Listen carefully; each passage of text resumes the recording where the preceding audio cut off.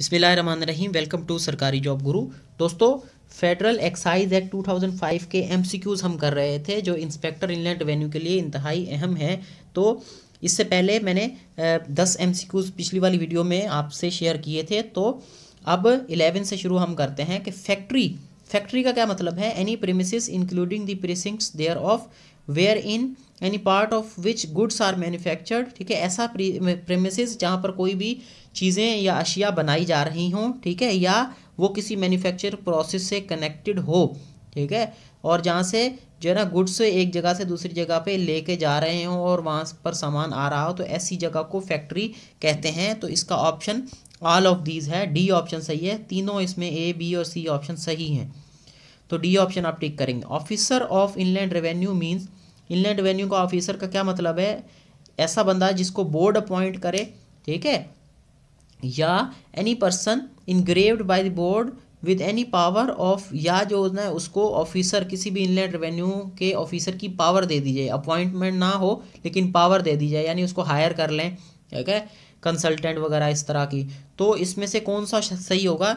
इसका आंसर होगा सी, यानी both A and B are correct. दोनों को हम ऑफिसर इनलैंड रेवेन्यू कह सकते हैं। गुड्स का क्या मतलब है। गुड्स का मतलब है goods levied to excise duty under this act, या गुड्स मैन्युफैक्चर और produced in non tariff area, या जो गुड्स जिन पर एक्साइज ड्यूटी लग रही है उसको भी गुड्स कहेंगे।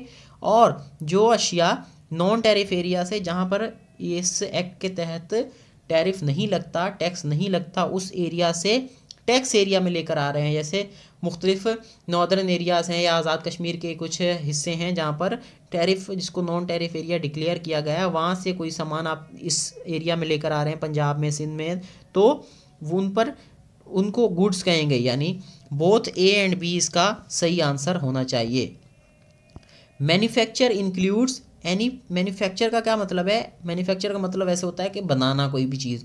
एनी प्रोसेस इज इंसिडेंटली और ancillary to the completion of manufacture product, ठीक है, किसी भी अशिया को बनाने का जो तरीका है उसको कहेंगे। एनी प्रोसेस ऑफ री मैन्युफैक्चर, किसी भी चीज़ को दोबारा बनाने का, उसको पहले बनाया फिर उसके बाद उसको दोबारा किसी नई शेप में बनाने का तरीका है। या in relation to tobacco include the preparation of cigarette, या जो है ना सिगरेट्स वगैरह जहाँ पर बन रही हों, ठीक है, उसको भी मैन्युफैक्चर कहेंगे। तो ऑप्शन इसका है D, all of this.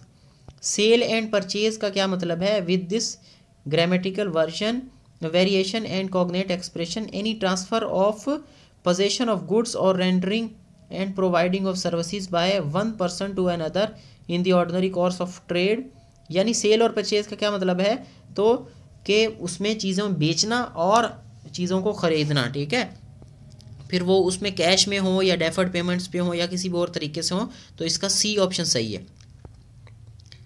Next chapter से है levy collection and payment of duty. तो duty specified in first schedule to be levied means, जो फर्स्ट शेड्यूल में ड्यूटीज़ हैं उसका क्या मतलब है। तो उसमें ए ऑप्शन में है गुड्स प्रोड्यूस्ड और manufactured in Pakistan, goods imported into Pakistan, services provided in Pakistan, या एट द रेट ऑफ 15%, या फिर जो है ना इसमें ऑल ऑफ दीज। क्या ऑप्शन सही होगा। इसमें ऑल ऑफ दीज का ऑप्शन बिल्कुल सही है। Filing of return and payment of duty क्या है। सेक्शन 4 के तहत इसका क्या मतलब है। इसका मतलब है कि फॉर एवरी मंथ और registered person shall furnish not later than due date a true और करेक्ट रिटर्न। मतलब हर महीने की एक फिक्स डेट पे वो जो आप रिटर्न फाइल करेंगे उसको रिटर्न कहते हैं, और वो उस ड्यू डेट के अंदर होना चाहिए और उसी मैनर में जैसे कि बोर्ड ने उसको किया है, प्रिस्क्राइब किया है।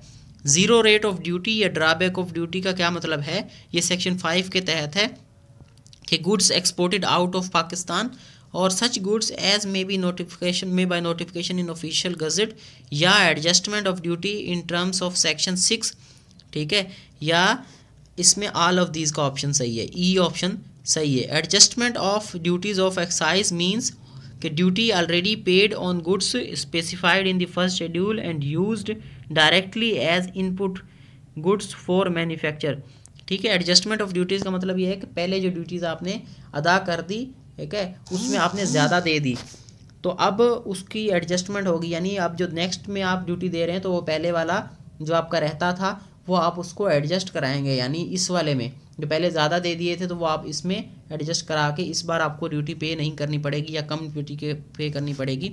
तो इसमें ऑल ऑफ दीज का ऑप्शन सही है। Applications of the provisions of sales tax act, तो सेल्स टैक्स एक्ट का मतलब क्या है कि जो सेल्स टैक्स एक्ट की प्रोविज़न है वो इस एक्ट के लिए भी इस्तेमाल होंगी। तो इसमें ऑप्शन थोड़ा सा लंबे हैं, तो इसका मतलब ये है जो मैंने आपको बताया वही है कि सेल्स टैक्स की प्रोविज़न एक्साइज ड्यूटी लेते वक्त होगी और उसका मैनर वही होगा जिस तरह से सेल्स टैक्स अदा करते हैं। तो इसका भी ये ऑल ऑफ दीज इसका ऑप्शन सही है। डिफ़ॉल्ट सरचार्ज ये हम नेक्स्ट वीडियो में करेंगे टॉपिक। तो अगर तो ये वीडियो पसंद आई है तो प्लीज़ इसे लाइक करें और इसे दूसरों तक शेयर करें। Thank you.